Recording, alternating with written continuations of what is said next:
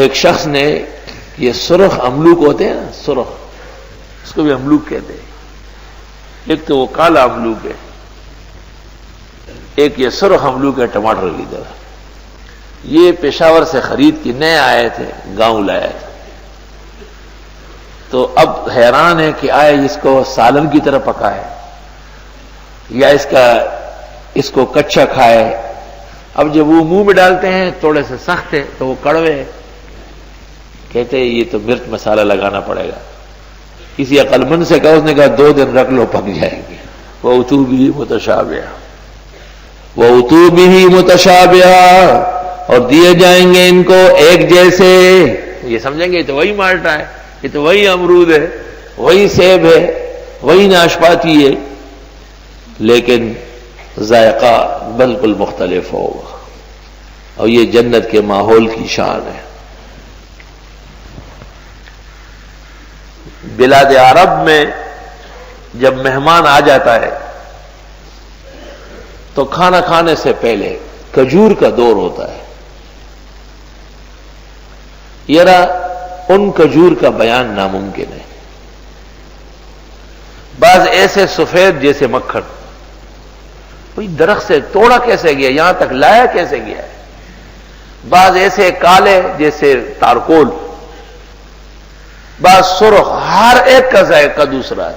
تو میں نے ایک عربی سے پوچھا کہ آپ کے ہاں کتنی قسمیں ہیں کھجور کی؟ اس نے کہا یہاں ہم جو جانتے ہیں 100 قسمیں جانتے ہیں. میں نے کہا اعلیٰ کھجور کون سی ہے؟ تو کہا جس کو پیغمبر نے اعلیٰ کہا، اجوا. جس نے صبح سویرے 7 اجوا کھائے، رات تک اس پر نہ سحر اثر کرے گا نہ زہر اثر کرے گا. بخاری اطعمہ. دوسری قسم برنیہ، تیسری قسم عنبر. افغانستان کے کندار کے ارغنداؤں میں جہاں آج کل امریکن ظالم اترتے رہتے، 500 کے قریب چھوٹی بڑی قسمیں ہیں انگور کی.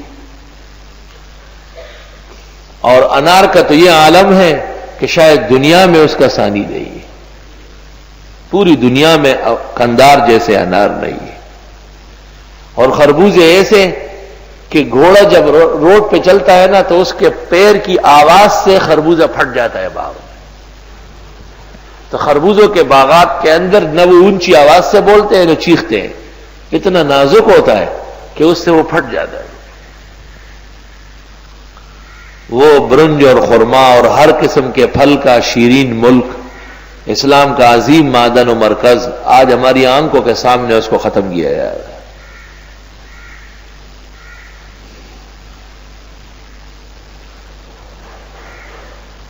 جنت کے پھلوں کی تفصیل بھی قرآن نے دی ہے، جیسے کھجور ہے، انگور ہے، انار ہے، بیری ہے. یہ تمام پھلوں کے اصول ہے. جیسے ہمارے ملک میں سیب مشہور ہے، حالانکہ اس کی نسل ناشپاتی کی ہے. عمدہ زمین میں سیب پیدا ہوتے ہیں، کمزور زمین میں ناشپاتی بن جاتی ہے. اعلیٰ زمین میں گرمے اور سردے ہیں اور گٹھیا زمین میں خربوز ہے. امام ابو داؤد رحمت اللہ علیہ نے کہا ہے کہ میں نے ایک ایسا خربوزہ دیکھا تھا کہ ایک اونٹ پر دونوں طرف لدا ہوا تھا. اونٹ پر کتنی وزنی چیز لا دی جاتی ہے، کم از کم 10 من تو ہوتی ہے. امام ابو داؤد کہتے میں نے ایک خربوزہ دیکھا ہے تقریباً 10 من. وہ بھی بیلی تھی جس نے وہ خربوزہ پیدا کیا ہے. اللہ تعالیٰ کی قدرت کی ایسی نرنگی ہے. اور ہر ملک کے پھل مختلف ہیں. پنجاب میں آموں کا راج ہے. سندھ کے اندر اعلیٰ ترین اور سب سے بہترین پھل چیکو ہے. بینکاک میں سب سے عمدہ پھل وہ کیلا ہے. لبنان میں سب سے عمدہ پھل وہ پپیتا ہے. ہر ملک کا پھل علیحدہ ہے. وہ پھل اس ملک میں سرفراز سمجھا جاتا ہے.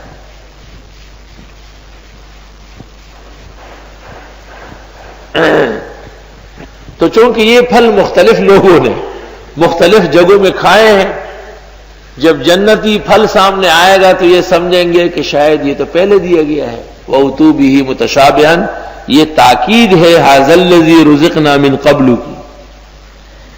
اللہ تعالیٰ فرماتے ہیں کہ یہ ان کو ایسی چیزیں دی جائے گی جیسے ایک جیسی ہے، لیکن وہ ایک جیسی نہیں ہے۔ بھائی آدمی جب پھل خوب کھائے، ہر قسم کا پھل کھائے، تو پھر طبیعت میں ہیجان پیدا ہوگا، طبیعت میں سرور آئے گا۔ اس کو ہم مستی تو نہیں کہیں گے قرآن کریم کی تفسیر میں، تو اس کے لیے اللہ تعالیٰ نے انتظام کیا ہے وَلَهُمْ فِيهَا أَزْوَاجٌ مُطَهَّرَةٌ وَهُمْ فِيهَا خَالِدُونَ۔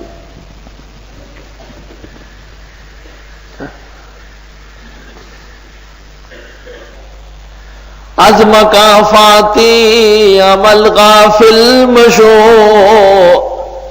از مکافاتی عمل غافل مشو، گندم از گندم بروید جو از جو۔ یہ سارے کے سارے ظلم اور یہ خون ان کے گلے اور ان کی تباہی اور بربادی کا باعث ثابت ہوں گے۔ وَلَا تَحْسَبَنَّ اللَّهَ غَافِلًا عَمَّا يَعْمَلُ الظَّالِمُونَ۔ اللہ فرماتے یہ سوچنا نہیں کہ میں ظالموں کے کرتوت سے بے خبر ہوں۔ انما يؤخرهم ليوم تشخص فيه الابصار، میں ان کو کچھ مہلت دے رہا ہوں۔ اولئک الذین، یہی وہی لوگ صحابہ پر تان کر کے شیعوں کو خوش کرنا، شیعوں نے تان کر کے یہود اور عیسائیوں کو خوش کرنا چاہا۔ اولئک الذین، یہی وہ لوگ اشتروا، جنہوں نے خرید دی الضلال، گمراہی، بالہدی، ہدایت کے بدلے میں۔ ہائے ہائے ہائے، فما ربحت تجارتہم، پس فائدہ نہیں دیا ان کی تجارت نے، وما کانوا مہتدین، اور نہ یہ ہدایت پا سکے۔ آیت سے علی الفور چند مسائل معلوم ہوئے۔ ایک تو یہ کہ صحابہ اور انبیاء اور شاعر اسلام پر تان کرنا دینی سوداگروں کا کام ہے، یہ سوداگری ہو رہی ہے۔ دوسرا یہ کہ اس کا نتیجہ ضلالت کا ہے، اور تیسرا یہ کہ ان لوگوں کے ہاں ہدایت نہیں ہوتی، جیسے کیکر کے درخت میں شاتوت نہیں ملتے اور گٹر لائن میں شیرین دودھ نہیں ملتا، اس طرح ان تعانین اور لعانین کے ہاں حق کی حمایت سمجھنا یہ بہت بڑی بھول چوک ہے۔ چوتھا مسئلہ یہ کہ ان کی یہ تجارت آپ کی آنکھوں کے سامنے ناکام ہو جائے گی اور اللہ ان کو ذلیل و خوار کر دے گا۔ اللہ رب العالمین نے یہ نہیں فرمایا کہ اولئک الذین اختاروا، فرمایا اشتروا، خرید لی، سودا کیا۔ اور ہمارے سامنے کہ تمام کے تمام سوداگر دین پر مختلف طریقوں سے مختلف پیرایوں میں تان کرتے ہیں۔